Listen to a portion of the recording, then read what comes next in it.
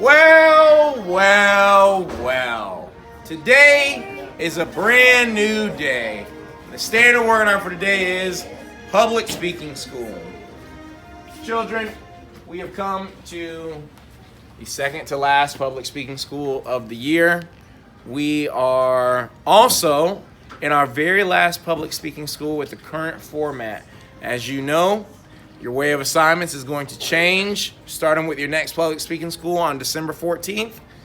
So, today is a very special day because we are going to have our last ever for each class, our last ever digging for historical gems part, and our last historical reading part. So, before we get started, let me let you know who our student speakers for this evening are. Handling the public talk entitled World War I will be our first student speaker, Mr. William Petrick. Our second speaker handling our digging for historical gems will be Mr. Kyle Davis. And last but certainly not least, our historical reading will be done by Mrs. Tochi Haulu. So we are not going to waste any more time. We're going to go ahead and get started. Let's invite up our first student speaker, Mr. William Petrick, as he delivers the public talk, World War I.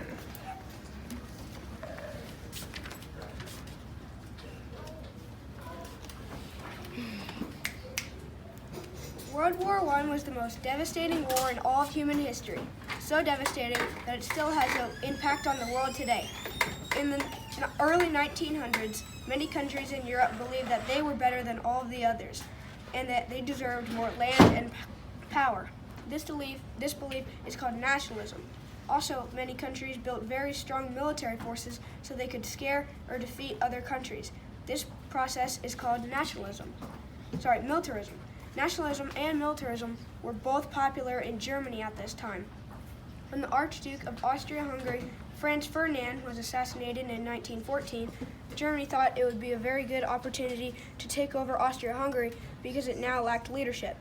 Germany started attacking, and that's how World War I began. Please turn to pages 304 and 305 and follow along with me as I read paragraph 1 through 4 on page 305.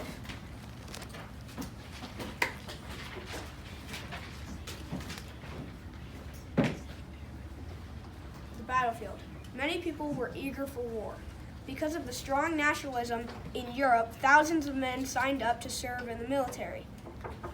They did not know how terrible the fighting would be or how long it would last. Soldiers on both sides fought from long, narrow ditches called trenches. The fighting was called trench warfare.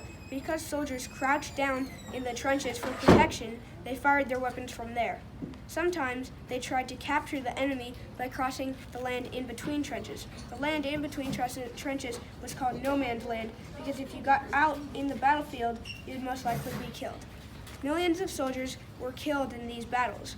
The fighting lasted for 4 years, and by the end of the war, Europe was covered with thousands of miles of trenches. In the earlier wars, soldiers fought on battlefields but didn't live on them. With trench warfare, soldiers lived in the trenches day and night. The mud, cold weather, and rats made hard life. One soldier voiced the feelings of millions. It was no place for a human being to be. There were many new weapons used during World War I, as they were so much more devastating than those in any previous war. Some of the new weapons used were machine guns, mortars, flamethrowers, poison gases, tanks, and aircrafts. These were much more devastating because they could kill more people at one time than ever before. For example, machine guns can shoot hundreds of bullets per minute, and aircrafts have the ability to drop bombs which would kill hundreds of soldiers and civilians. The war started in 1914, but it took almost 3 years for America to enter the war. In 1915, America was shipping supplies to Britain, who was one of the Allied powers. Germany was not happy about this, so on May 7, 1915, a German U-boat fired a torpedo and sank a British passenger ship called the RMS Lusitania, which had on board almost 2,000 people. Over 1,000 of them died, being 130 of them Americans. Just almost a year later, Germany sank another British ship called the SS Sussex, which also had Americans on board. During this whole time, President Woodrow Wilson kept hoping for peace, but finally told the Germans that if they did not stop sinking passenger ships, that he would stop trying to make peace with them. Germany stopped their submarine attacks for a while, but in 1917 they started attacking ships again. Finally, Britain intercepted the Zimmermann telegram that Germany sent to Mexico, saying if Mexico helped the Central Powers win, they would get a piece of America. Britain shared this information with President Wilson. So in April 1917, Wilson finally asked Congress for declaration of war. Then America formally joined World War I to defeat Germany. World War I affected all mankind because of the devastating losses that many countries had. We lost 7 million civilians, 10 million soldiers, and over 30 million people were injured. People called the war the Great War and the war to end all wars because they could not imagine another war after this one. But there was another world war, a lot of other wars that followed. Many of these wars used the same weapons to kill so many more people. To this day, we still use some of the same weapons that we first used in World War I. Thank you.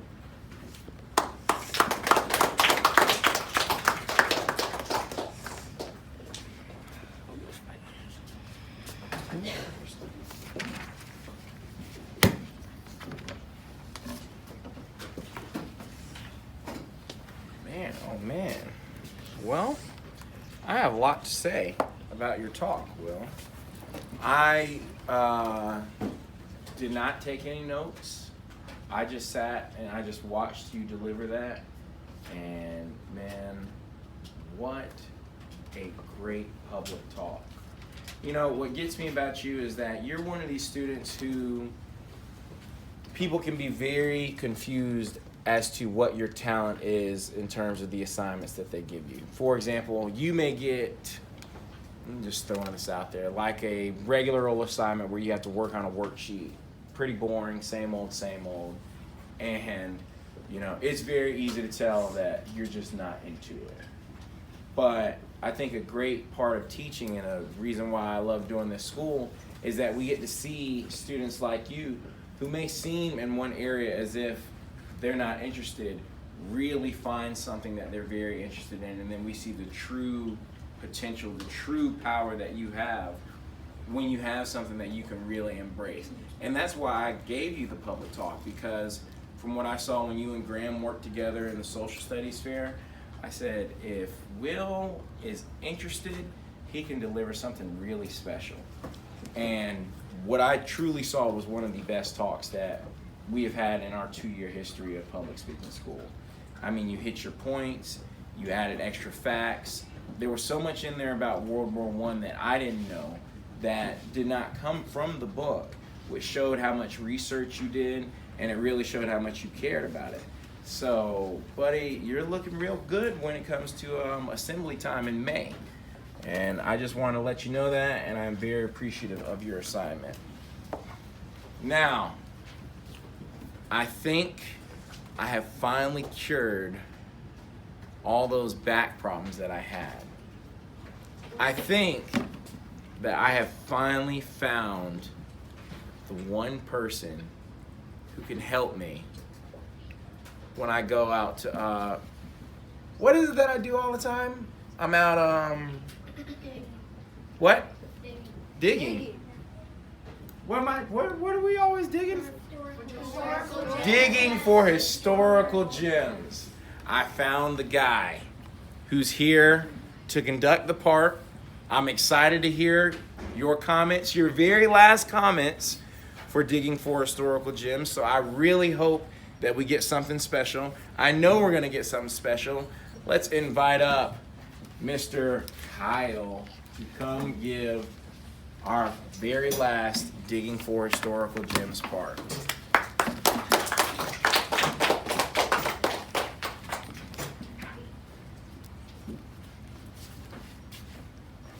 Hello, my name is Kyle Davis, and today I'm going to be doing digging historical gems. May I have a reader for paragraph 306? through 4 through 5. Candace.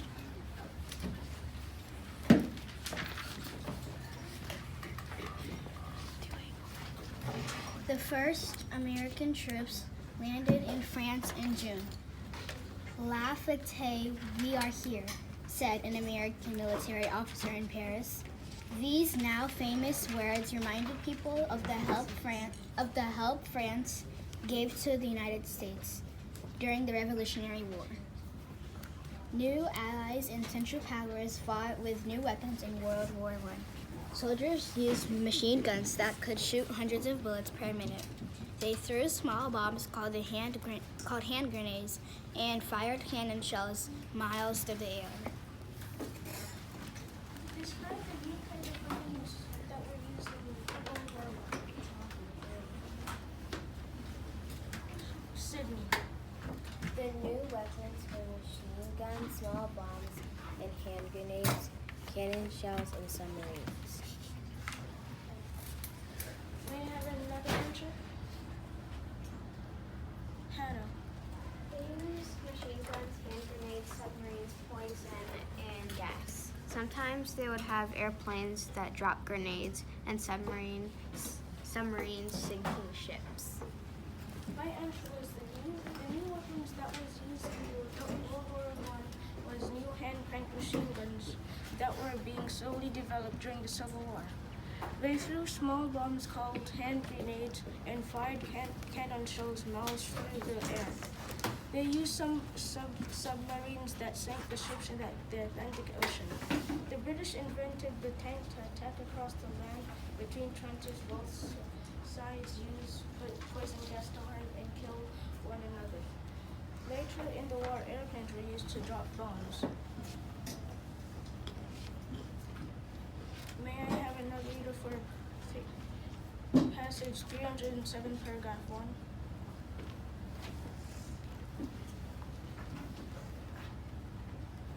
Graham. The war produced many military heroes. An American pilot named Eddie Rickenbacker was a hero of the United States. A German pilot named Manfred von Richthofen was also a famous pilot. He flew a bright red airplane that was called the Red Baron. Describe who were Eddie Rickenbacker was and who Manfred von Richthofen was. Got him. He was a hero in the United States. May I have another answer? Tochi. Eddie Rickenbacker was an American pilot that was a hero in the United States. He was an admired fighter pilot because of his skills and his daring. Manfred von Richthofen was also famous. He was famous for flying a bright red airplane called the Red Baron. May I have another reader? Candace. Eddie Rickenbacker was a hero in the United States. Manfred was a German pilot. The two were very famous. He flew a bright red airplane called the Red Baron. My answer was the war produced many military heroes. Eddie Rickenbacker was an American pilot. He was a hero to the United States. Manfred von Richthofen was a German pilot and also was famous. He flew a bright red airplane and it was called the Red Ribbon. What does this week's reading teach me about history? Candace. This week's reading teaches me about the different types of weapons used in World War I. It also teaches me about who Eddie Rickenbacker and Manfred Richthofen were. That is what this week's reading teaches me about history. May I have another answer? Okay. My answer was this week's reading teaches me about the new weapons that they used in the war and the submarines that were used to sink the ships. World War I was the most devastating war. What points can I use from this week's reading to teach someone about this topic? Sydney. Accurate information of Use Missile World War I began on July 28, 1914. The conflict lasted for 4 years, 3 months, and 14 days, ending on November 11th, 1918. The war began because of the assassination of Archduke Francis Ferdinand of Austria. He was heir to the throne of Austria-Hungary, and his death was the immediate cause of World War I. May I have another answer?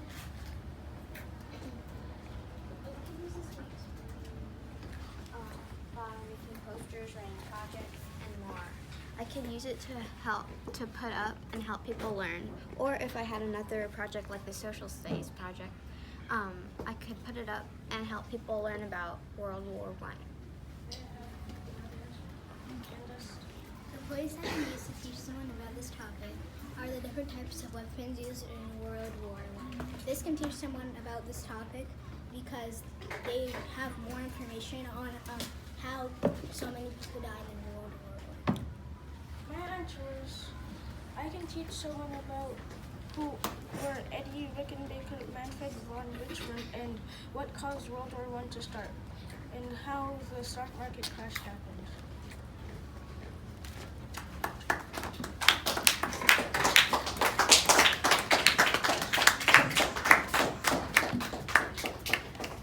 Okay, Kyle, I'd really like to thank you for that part. That was very well delivered. It was very structured. I could tell that you really took it seriously. You dressed for the part. Your parents are here, not to mention Mama Petrick is here as well. It's a very, very nice occasion when your parents can come see the hard work that you come to class with and that you put in to make sure that you carry out your assignment. I'm sure they're very proud of you. And believe it or not, the fact that you can come up here and do something like that and conduct a part like that, I always mention, it goes a long way in adulthood. Some of you may not realize it, but in a few short years, you're gonna have to start working and you're gonna have to go on job interviews. And if you don't know how to speak in front of people, you're probably not going to get the job. But that's a skill that so many people don't learn, especially in school. And school is to help you prepare for the real world, but too often in school, you don't get those opportunities to speak in front of people. So the fact that you guys have been doing it going on 2 years now is a very, very good indicator that all of you will have bright futures. So Kyle, I'd really like to thank you for that part. That was very well delivered. Okay, this thing is moving along quite quickly. We are already to our very last part. It is our very last historical reading, but thankfully we have such a great student to close us out. Let's please give a round of applause to our last student speaker, Ms. Tochi Kalu, as she reads pages 314 and 315.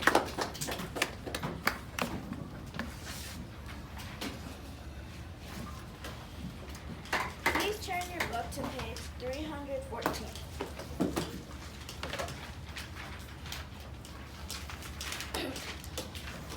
The United States joined the war in 1917. By then, the Central Powers and the Allies were exhausted from 3 years of fighting. About 1 million American soldiers went to France. The strength of this force helped the Allies win important battles. Eventually, the Central Powers realized that they could not win the war and signed an armistice. An armistice is an agreement to stop fighting. The war ended on November 11, 1918. In January 1919, leaders of the Allied countries met in France to write a treaty. President Woodrow Wilson was one of those leaders. The Treaty of Versailles. The treaty to end the war was named the Treaty of Versailles after the French palace in which it was signed. Several European leaders blamed Germany for the fighting in Western Europe. These Allied leaders used the Treaty of Versailles to punish Germany. The Germans lost colonies, gave land to France, and paid money to Allied countries. Wilson did not want to punish Germany, but he supported the treaty because it created the League of Nations. Through the League, nations would try to solve their problems peacefully. Members of the League also promised to protect one another if war did start. Wilson asked the United States Senate to approve the Treaty of Versailles. The Senate refused. The senators thought the League of Nations might cause the United States to be pulled into future wars. Also, many Americans were horrified by the destruction of World War I. Some began to believe in isolationism. People who believe in isolationism want to stay out of world events. After World War I, the United States would avoid alliances and conflicts whenever it could. After World War I, the United States took part in reshaping the borders and alliances of Europe.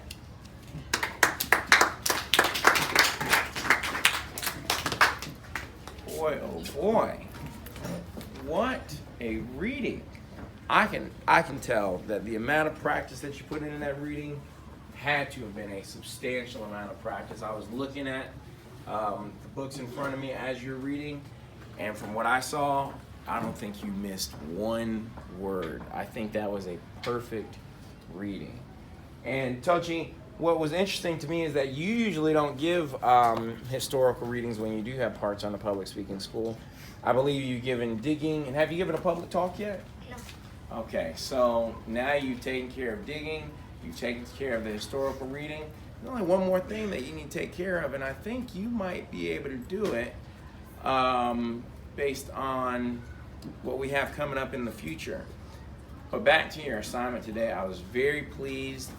I think that it's very important when someone is trying to learn to read or someone is not familiar with reading for someone to get up and read aloud for them and for them to follow along. The best examples for people to follow when they have someone else reading for them is if the person who's reading for them demonstrates accurate reading. And that's what you did up here. You didn't miss one word. Your volume was good, your pace was good, your pitch was good. That was a perfect reading and a perfect way to end our school. So let's all give our students and our audience a big round of applause. And my students, you all really helped to make it a very special time.